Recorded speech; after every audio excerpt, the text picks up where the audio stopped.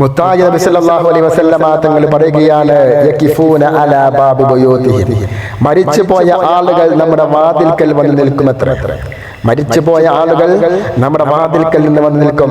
എന്നിട്ട് മക്കളെ നോക്കി ബന്ധുമിത്രാദികളെ നോക്കി അവർ പറയും, തർഹമൂ അലൈനാ, മക്കളെ ഞങ്ങളോടൊന്ന് കരുണ കാണിക്കണേ എന്ന് പറയുമ്പോ ഏഴ് രാത്രികളിൽ നമ്മിൽ നിന്ന് മരണപ്പെട്ടു പോയവർ നമ്മുടെ വാതിൽക്കൽ വന്ന് നിൽക്കുമെന്നാണ്.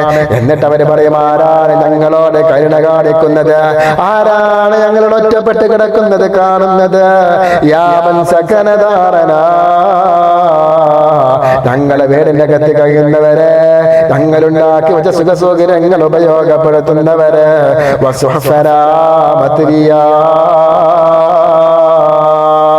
ഞങ്ങളെ ഏടുകളൊക്കെ അടച്ചു വെക്കപ്പെട്ടിരിക്കുകയാണ്.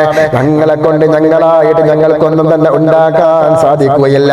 അതുകൊണ്ട് നിങ്ങളാണ് ഞങ്ങളുടെ പ്രതീക്ഷ, നിങ്ങളാണ് ഞങ്ങളുടെ പ്രതീക്ഷ.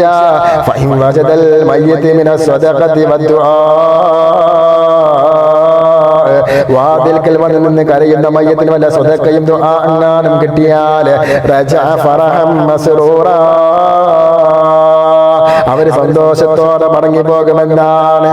ഇനി അവർ വരുമ്പോ, ഈ വിശേഷപ്പെട്ട ദിവസങ്ങൾ അവരെ കടന്നു വരുമ്പോ അവർക്ക് വേണ്ടതൊന്നും കൊടുത്തിട്ടില്ലെങ്കിൽ റജഅ മഹ്റൂമാ, ഓടിക്കപ്പെട്ടവരെ പോലെ അവർ മടങ്ങിപ്പോകുന്നതാണ്.